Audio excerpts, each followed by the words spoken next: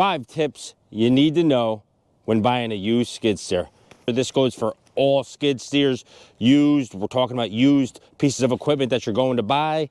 5 things or tips that you want to look for that is costly things. It doesn't cost, you don't need no tools to do this. You could do this over video, so sight unseen. Just have the buyer give you a quick video of 5 things that you want them to look at, and it's simple, it's easy. Like I said, no tools. Stay tuned, and we'll give you a bonus tip at the end. So let's get to the first one. So depending on what climate you're in, we're in a cold climate up here. Diesel engines do not like cold weather. If the engine is tired at all, it's going to need some kind of starting aid, like starting fluid and a jump pack to get it to fire up. So first thing you want to do is make sure, obviously, it fires up, runs smooth, and then we'll check for heat, AC. Some skid steers don't have that. If you don't have it, then you don't need to do that. But if it does have it, you want to check for the heat. You want to check for the AC. Make sure the compressor is running, turning. We'll go through that right now, because if you do have that on your machine and it's not working, those components do add up and they cost money. So at the end of the day, definitely want to check heat and AC. Let's get it fired up. We will check glow plugs right now. They're on. She fires. She's smooth. So let's open the engine compartment, see what we're looking at. So back here, just gonna open up when she's running and turn the heat on in there. You can feel the heat here. It's already building heat here, so I know it's going in there, but go check your vents inside. This is your AC compressor. It's not spinning now because we don't have the AC on, so let's go click it on. Gonna just go inside, click the AC button on over here. AC cold, turn on. She will still kick on even though it's cold out, it doesn't matter. AC goes on, I could already hear it clicked, and you can hear it running. And there it is spinning right there. There it just kicked off. So you know the compressor's working. That just saved you money, because you buy something in the winter and the AC don't work in the summer, guess what? You're spending money. Turn that back off. Let's go to step 2. All right, step 2 on this is we're gonna check for blow-by on the engine, which basically is the first thing that I always check on when I buy used equipment. Hold the dipstick, make sure no smoke's coming out. It's not spitting oil out. There's no steam or nothing any coming out of that hole. Also, open up your fill port on the machine, which is right there on this one.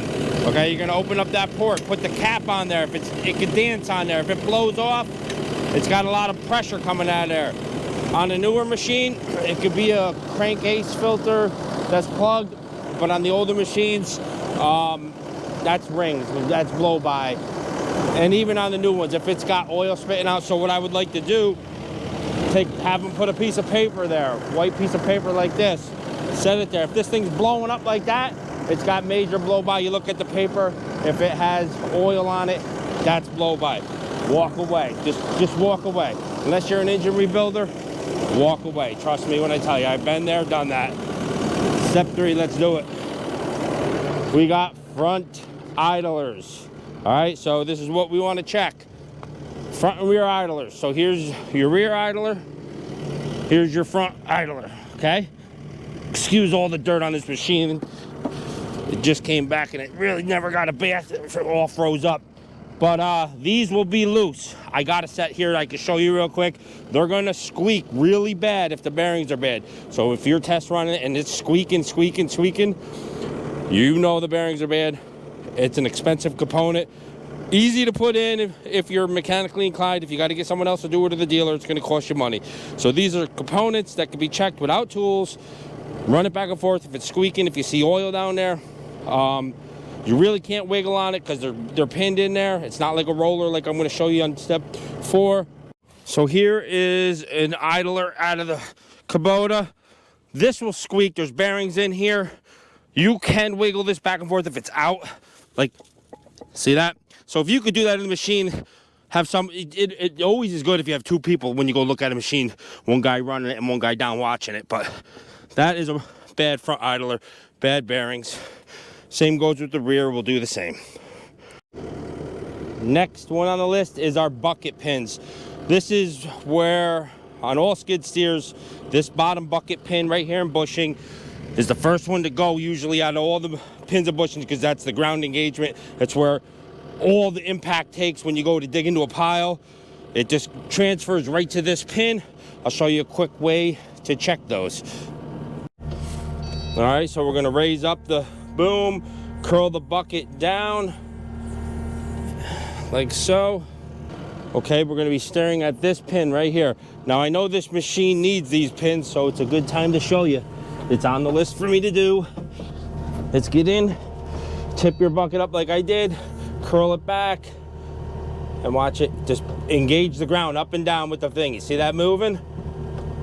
And the bucket's not coming up and down, bucket's staying on the ground. And all I'm doing is working the boom back and forth. And you can see the play in it, about a 1/4 inch.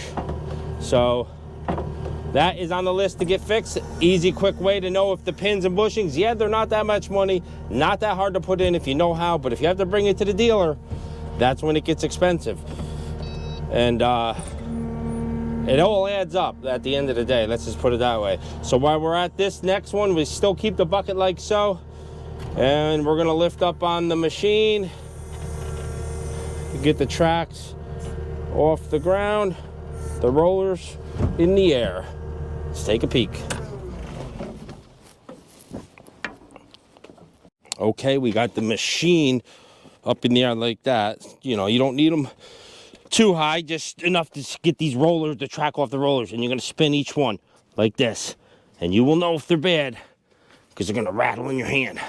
And they give you a little friction, not grinding friction, but like hard, like, you know, you just see me pulling like that, just like you're pushing molasses. Obviously in the summer it will spin a little bit easier because it's thick. We'll go to the other side and do the same.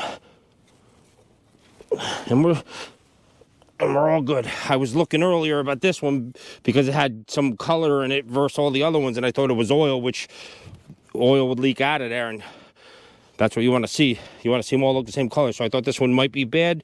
It is not. It is for me filling my fill neck. Make sure the sprockets are good. They don't get pointy like an excavator sprocket or a sprocket of a dozer.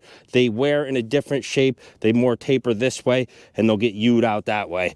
So you want to check all that. Make sure it's not skipping here and going click, click, click, click, and jumping. So if you're not feeling it with the machine and things are looking fishy and you're like, man, I don't know, it looks like it was abused, it looks like it was torn apart and, you know, pieced together, because obviously, you know, listen, you go to an auction, you'll get all that. People buy things at auctions and then they sell them privately, you know, pick them up from insurance claims or whatnot. So the bonus tip of the day is look at your harnesses, look at your bracketry. So your wire harnesses, you know, they all got clips. Are the clips all broken? Your bracketry to this stuff, is there 3 bolts and only 2 are in there? Your hoses for your hydraulic lines, they all got nice little clips mounted to the sidewall, to the belly pan. Are they missing? Are they just loose in there? Look at your clamps.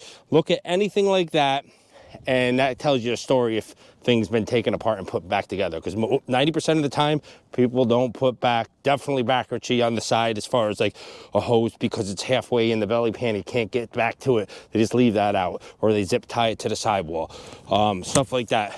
Another bonus tip is dirt. Now this machine's dirty, like I said, so this is a good time to show you. This dirt down here is normal dirt, you know, backing into dirt piles, you know, spoil piles or whatnot. You got dirt stuffed up in here on top of the air cleaner, up here where it's not supposed to be, caked up like this.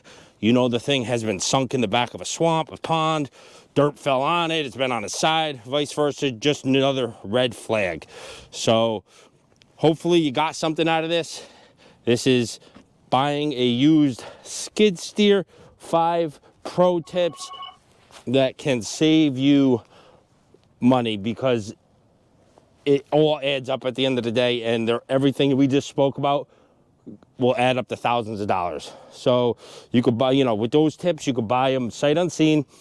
Say, hey, listen, I want you to take a picture of this, this, this, this. Send me a video of this, this, this, this.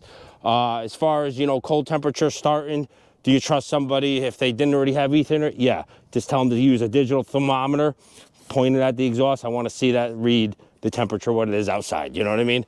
It's simple as that. There's a lot of games out there, a lot of tricks that people play. I've been burnt several times. That's why I'm making this video, so it can help someone out. And it's simple, easy. You do not need any tools at all for those checks, and that will make you or break you. All right, guys. Hopefully you got something out of this video and you enjoyed it. Let me know in the comments what you want to see next.